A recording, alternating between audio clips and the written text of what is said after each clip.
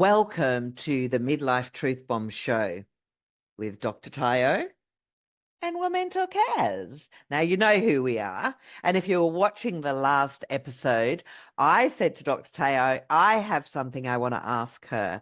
And it's about pushing through. So pushing through, that can work in business for your achievement, not necessarily your mental health and your energy. Pushing through in a relationship is not the right thing to do. Staying in a misaligned relationship, saying, I can handle it, all you're doing is sitting in a whole bunch of red flags, intuition telling you not, but you push through. Tell me, why do we do that? What is that, Dr. Tayo? Oh, wow.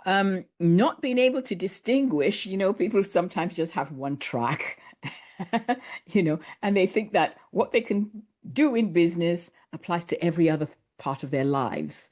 And we know that, our emotions are quite a different thing because business has you cordoned off into a certain way of doing things and silos, etc. And you're expected to, in a fairly masculine world, let's face it, you're Let's meant be to behave honest. like, let's be honest, it's still a very, male-dominated line. Oh, reminds me of what I saw today, but let's move on.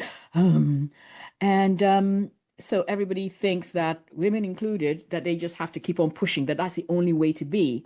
And you do that when it comes to relationships, any relationships, but particularly in love, it just falls by the wayside because it's not transactional.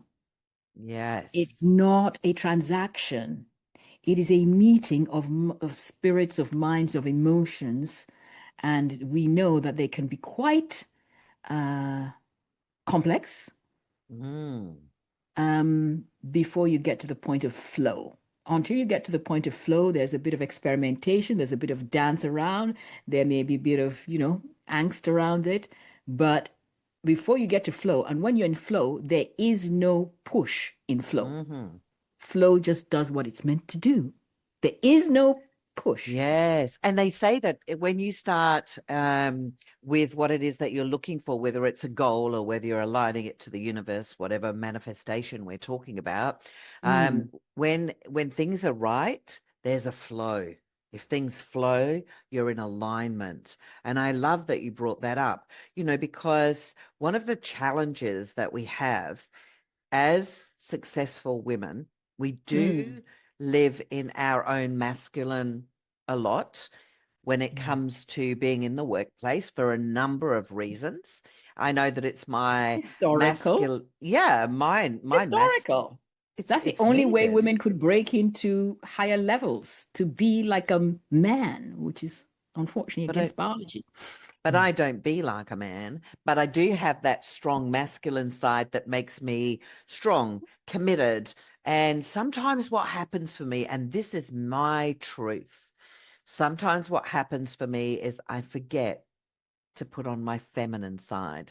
And I actually, if I'm being truthful, I can tell you that I worked in a corporate transport company. It was my own company for 22 years. Very, very male driven. And we're talking back when I was like 29. So where I am right now, that would be at least 30 years ago. And so I said that quick enough, I'm sure. So for me, being in that male dominated industry, for me, finding my femininity sometimes was really challenging. And that stopped me from Yeah. really aligning with love.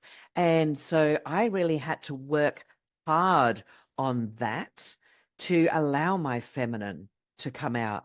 And that's what happens for a lot of women in business. And they're also afraid that the male they might be sitting in front of or dating or communicating with will be intimidated. So therefore, they change who they are to meet. Yeah. There is nothing worse than changing yourself for somebody else. Nothing worse. No. Whether it's for your boss, for your date, for your spouse, for your whatever, there is nothing worse because it eventually leads to collapse, your collapse. So being able to, um, negotiate. And unfortunately for women, because of the male-dominated world we're in, 29 is pretty young for you to be battling people who are above you and to try and fit in, as it were, to get a seat on the table. You've got to, and it Yeah. goes against most women's nature, but those who have made it have found that in the main they've had to do so. They've done it for so long, they forget Yes. their feminine nature because that's their almost Yes. natural way of being. They've forgotten how to be feminine, how to have their own biology, their own wishes come to the fore because Mm. it's been suppressed for so long and seen as admirable. And if you get anywhere close to asserting your independence, you're called aggressive, you're called arrogant, you're called all kinds of names to put you down. Yeah. And I can imagine what that does to our body. And we are running out of time. But what you talk a lot about is, like that chronic stress pattern. You talk about the stress that these sort of things create on our Mm, bodies. And mm, we're doing that to ourselves, mm, It's that, like we talked about, that pushing through, that striving to get there mm, and mm, stay there. But that mm. doesn't work in love. Myself, I have what I call a flirty Friday because my program's Fear to Flirty. And Yeah, flirty has got nothing to do with intimacy, right? It's just to do yeah, with how you show up. yeah. Sometimes I have to put on a hypnosis to take my business hat off and put on my girly hat ready for Flirty Friday. You know, and why not? It should be, I'll say one thing here. And yes, originally, born in England, spent a lot of time there, working there. Flirty is a lot more accepted there than in North America. So Mm, things that women over there, you just go, oh, it's just a bit of flirtation, etc. It never went out of hand. It yes. was just a bit of flirtation. Over here, people get really uptight about it. And sometimes I wonder if it's not because of the transaction that a lot of powerful men have done for the women, and therefore, if there's any sign they want to cut it off the bud. That was not generally the Mm. experience I had while I was still working because that's the important thing, working in that environment. It was not an experience I had. But over here, it looked like sometimes people just a bit of flirtatiousness. You're walking by the street, somebody says, "Hey, you're looking smashing," and you go, "Hey." Nobody's trying to do anything other than just Yes. harmless fun. But in today's world, we are a lot more protected. Anyway, Yeah. we are getting close to our time. And as always, I love connecting with you, your raw honesty, your humor. Thank you. And I want to tell you guys, you need to subscribe so that you know when our next episode drops. You need to follow, you need to make Yes. comments so it gets around to many more women.